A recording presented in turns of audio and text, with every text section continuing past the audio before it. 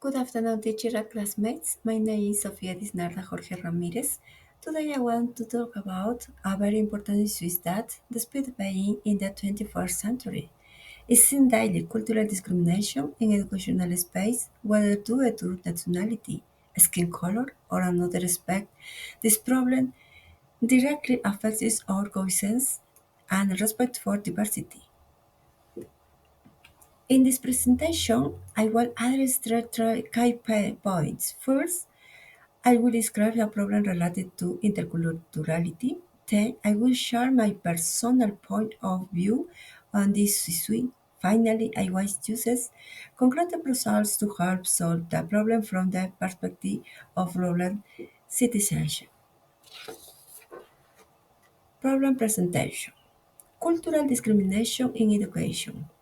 Peru has a particular characteristic as it coexists with various languages, words, and tradition having indigenous, Afro-Peruvian, and Mestizo communities that require different education approaches. Currently, there are more than 40 indigenous people who speak languages as Quechua, Aymara, and various Amazonian languages, with Spanish being the predominant language. The situation complicating access to education and is apparent cause of its discrimination. They carry their language clothing and custom with them, however, in school, which should be safe space. They often face discrimination. For example, a child who speaks Quechua or Aymara may be ridiculed for not pronouncing Spanish correctly.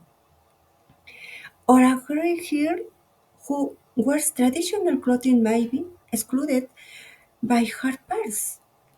The steps of situation are not isolated cases, but examples of cultural discrimination or form of silence, violence that harms self-esteem and learning.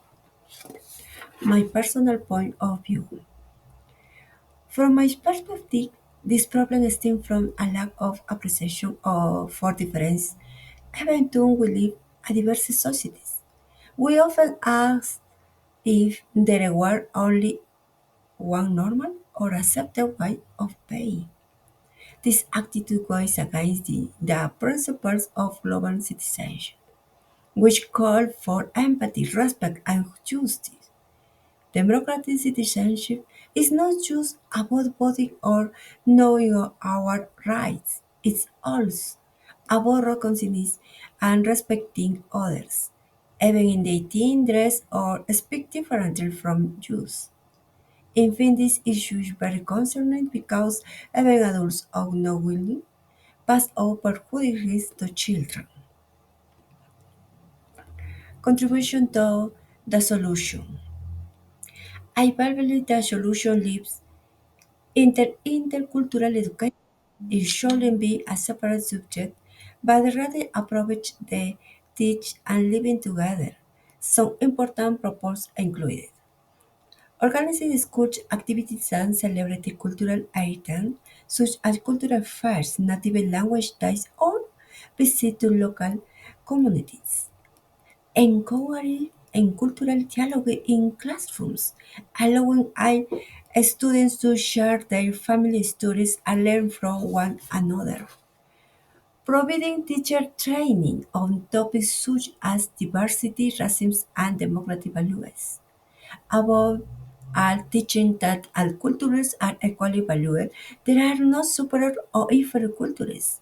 Each of us can contribute to a fair society by being open-minded, respectful, and ready to learn from others. In conclusion, cultural discrimination in school in Peru are a real problem that, despite the effort of the Minister of Education, still requires a lot of work. Therefore, we cannot speak of democracy if there is no equality or respect for diversity. As citizens, we must commit to change, to be more empathic, more aware, and more active in defending cultural rights. Only then will we build a world where all voice and language and all cultural have a place. Thank you very much for your attention.